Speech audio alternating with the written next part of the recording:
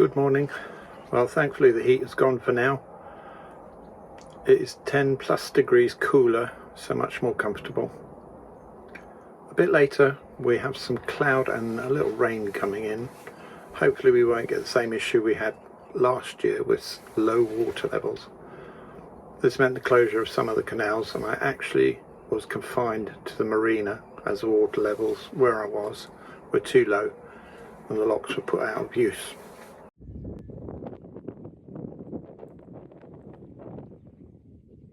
By the way, look out for an exciting announcement towards the end of the video, so keep watching. Now I'd like to say a huge thank you to all the new people who have watched the last video, Hot 39 Degrees C. And for the new subscribers who have joined over the last couple of weeks, welcome to you all. I had some great comments and feedback on the suggestions I made for keeping the boat cool in the hot weather. I also had some fantastic ideas from you, the viewers, that I had not thought of before. The weather is due to get hot again next week, so I think I will try some of the ideas. So why not subscribe if you haven't already to watch me make them work next week, hopefully. The figure we're looking at is the one on the left, 39 degrees inside the boat. If you hear some machine noise in the background, it's actually a farmer who's harvesting in the field next to my mooring. As for today, I will be going back to a video I made a couple of weeks ago about my hydroponic garden setup. I will be doing a big tidy up in the corner opposite the fire. Then I will put the tower there. It seems to be a good position. After that, I will talk through the plants I plan to grow and show you how I do that. I have to say I'm feeling calmer today. Last evening, I admit, I got a little annoyed. I mentioned in the past that there is a marina the other side of the bridge, just behind me, near my mooring, that offers hire boats. Well, some lovely newbies had just picked up their boat and accidentally, I hope, managed to steer towards me and crash into Narrowboat Kate. I know they are new to it, and moments later a boat passed the other direction, so I think they must have panicked and overcompensated, moving towards my side to let them past. And before anyone comments, yes, I have hit another boat. Once. Accidentally, of course. After all, boaters say it is a contact sport. I also have some holiday from work coming up soon in a few weeks' time and plan to go cruising. Yay! So I'm really looking forward to that. Okay, it's time now to move my hydroponic tower. Hydroponics, what is that? It is simply growing food or plants without soil. And down the bottom there I've got a water reservoir. The water gets pumped to the top of the tower and it trickles down into each of those troughs where a seed will be and a plant will grow. Well, hopefully. And I want to move my tower as we look out a lovely view of my window into this corner here. This messy corner has become a little bit of a dumping ground, I must admit. So I'm going to tidy that up, put stuff away rather than just leave it on the side, and move the tower. I'm going to have to slightly dismantle this to move it across in that corner just over there. I'm going to first take the tower out and these positioning bits, and then I'll try and lift the main tower bit off, move the bucket. But first job is to actually clear that corner. Right, first thing, put away some of the stuff that I've never put away since I last used it. Like this light, for example, goes in that bag. Why didn't I just put it back in the bag? Oh well, here we go.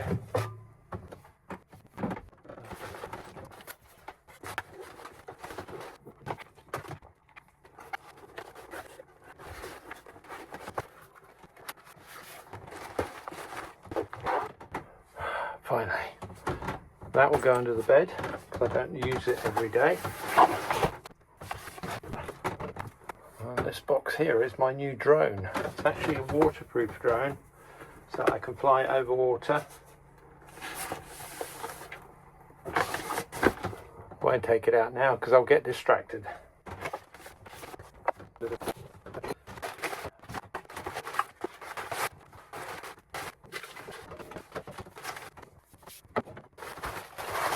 That is one of my deck chairs.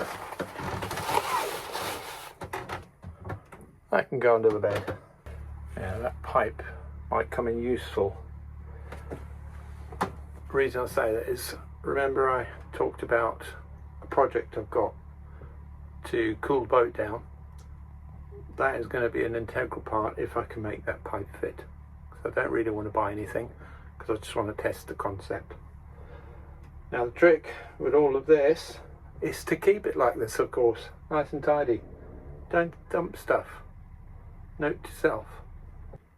So now you can see I've cleared this space, so the tower should go just there nicely.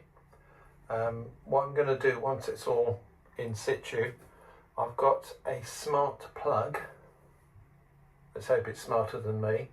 What I'll be able to do with that is hopefully set a timer for when the tower switches on and off. In other words, rotating the water through the system and turning the lights on and off.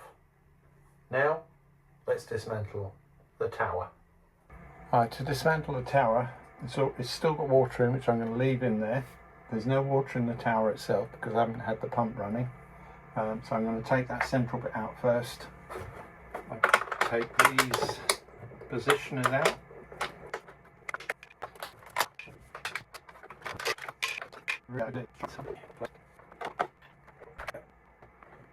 Oh, forgot about the pump being attached. I should have to just tip that over.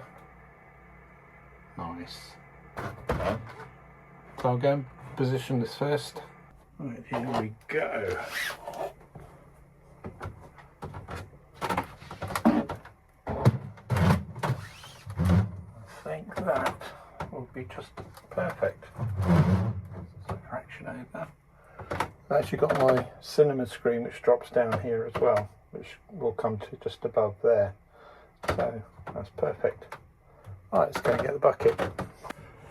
And just by the way, if you can hear creaking, that's actually my steps at the back of the boat, which I haven't got around to trying to fix. There we are. And of course the pump, which is that black thing there, goes in the water first.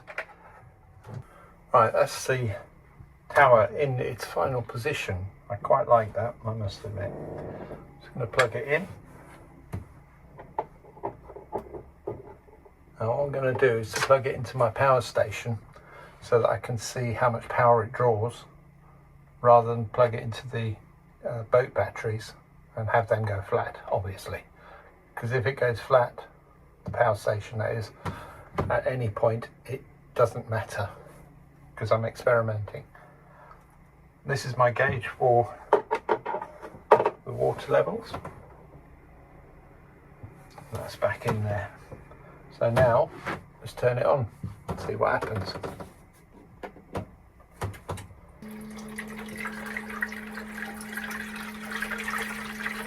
Right, I've got the water running. I now need to plug in the lights, because I forgot to do that. Right, with the tower working, I've now got to choose what I'm going to plant. Got my whole box full of seeds.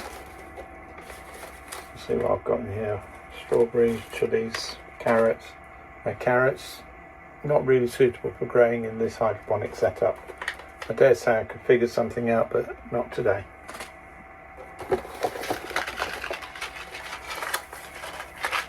Got lettuce, some more tomatoes, peas. That might be one to do. Different kinds of tomatoes, tiger tomatoes, spinach and kale. I dare say I've got more seeds somewhere else. So I did actually want to try and grow some herbs. Right, I can't quickly find the seeds for the herbs. I'm pretty sure they're on the boat somewhere. Everything is in its place. I just don't know where that place is. So I'm going to have to make do with the seeds that I've got here. So I'm going to be planting some strawberries, because I wasn't very successful at home, so I want to try that here. Some cherry tomatoes, lettuce, different kinds of lettuce there, some chili peppers, some kale and some spinach. And leave those tomatoes for another time. So how do you actually plant them?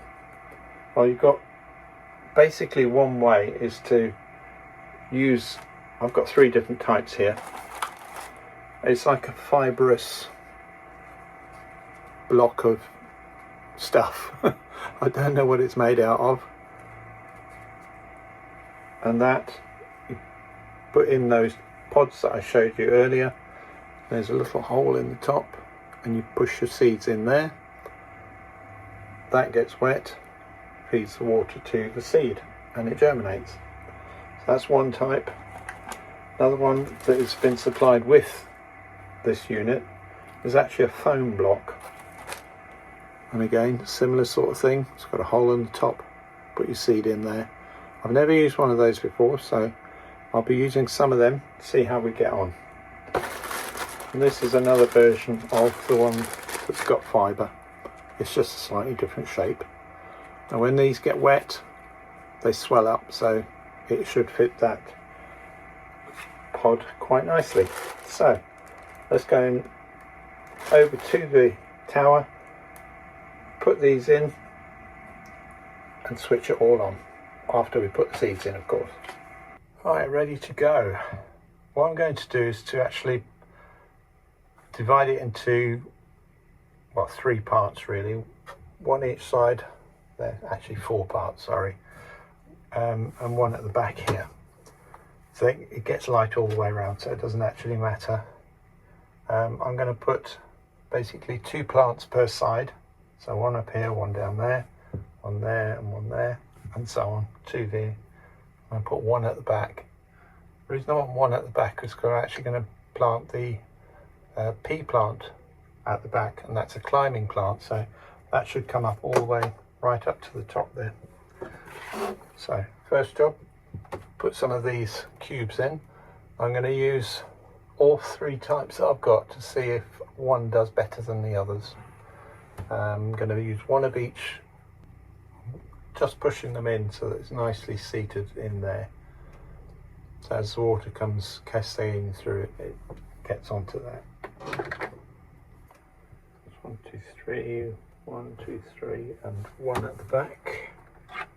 Right, when thinking about where to plant your seeds on your tower, or on my tower, you need to be aware that some of the plants grow a little bit taller than other ones. Like lettuce, for example, will tend to be more of a ball, so they will not grow up too high. But things like the chili plant, that will grow maybe halfway up.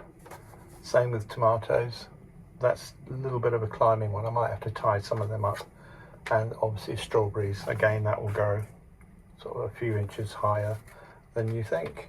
It actually tells you on the back of the pack as well somewhere. They grow apparently 25 centimetres, so just under a foot, about 10 inches, so which is about sort of up to theirs, which is about halfway, so that's good. So I'll put those 3, because they all grow a little bit higher, on the bottom 3 pots that I've got. And then the top 3 that I've got just up here, I'm going to be putting the lettuce, spinach and the kale. Now I know those will tend to grow a little bit higher, so I might actually drop them down 1 level. I'll think about that one, because at this stage you can move them around. And the pea plant, as you can see on the picture, it's a bit of a climbing one, so that's on its own at the back, at the bottom as well. I've got myself a little screwdriver, and that's to make sure that I've got a hole in my pot. That one's okay, so I can just put 1 in there and see if we've got tomatoes. And some of these seeds are really, really tiny. So you need to be careful. I don't think I'll even be able to show you there, but I've got 2 seeds on my hand. You've seen how small they are in a tomato itself. I'm actually going to put 2 seeds in each. Now bear in mind, I'm just experimenting a little bit at the moment, just to see how it goes, what can grow in here successfully. Just gently just pushing them down to the bottom so that they get into a damp part of the sponge. I've got spinach, lettuce and the pea left. The pea we know is going to go at the bottom, so I've got 3 sections here which I'm going to put. I'm actually going to plant 2 lettuce, because you always eat lettuce, don't you? At least I'm trying to. When I grew these at home, they went absolutely wild. I planted 4. I couldn't eat it fast enough because it was growing so fast. Now bear in mind, even though I'm planting 2 seeds in each hole, seeds don't always germinate, which is why I put 2 in. Now the spinach. The spinach grows about, I think it says 16 centimeters high, so that's not too bad. That will go up to about there somewhere. Making this hole a little bit bigger because, as you will see, the seed for a pea is quite large. Well, it's large compared to the other ones. If I just drop it in there, maybe you can just see it on that bit there. I'm actually going to get another one out. Let's put 2 in. If one plant's not going to produce many peas, is it? It's all the seeds in place. Anything to do now, turn it on, see what happens. Now I've got some plugs which are smart plugs, as I said, so I can hopefully set a timer on switching it on and off. So I'm going to do a test for maybe 2-3 hours and see how much power drain that draws. Then I can gauge roughly how long I can leave the lights on for, because I don't want them on overnight, because then the power station is not being charged. So it's like a balance I've got to try and find.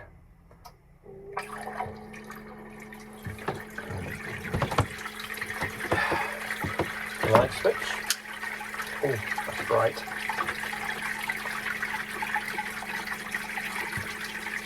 Right, looking at it, I do have a problem here.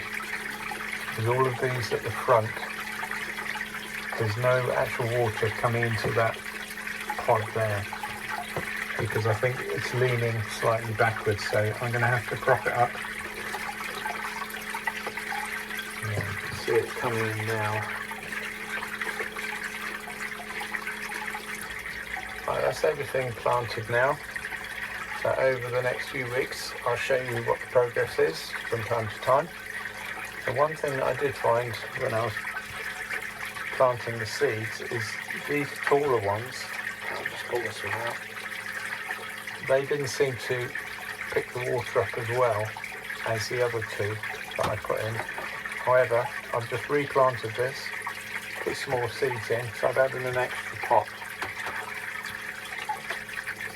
And it's picking up the water now, so I'll leave that to go as it is.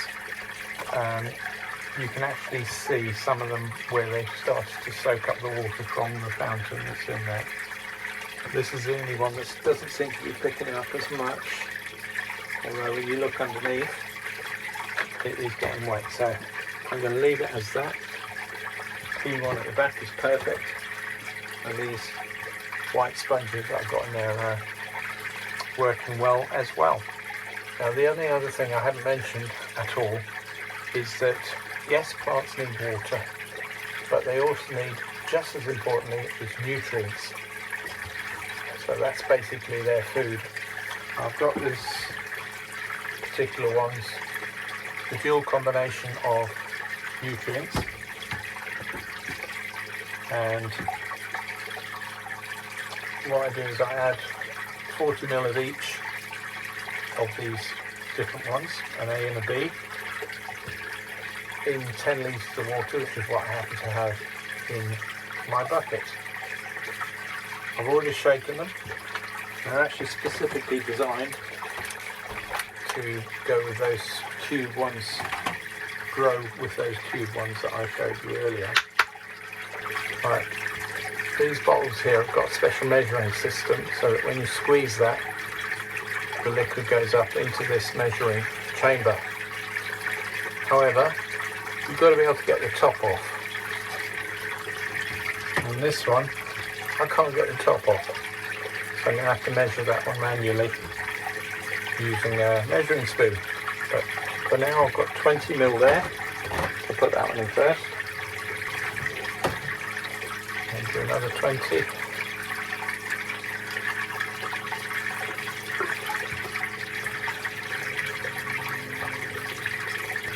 As I said, I want 40 ml.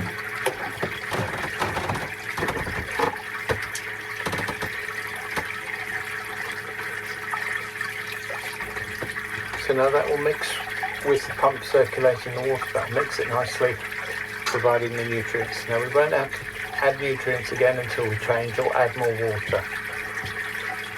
So for now, that's it ready to start growing, hopefully. I'm hoping I'll see something happening in a week or two, and if I do, I will show you in one of the videos.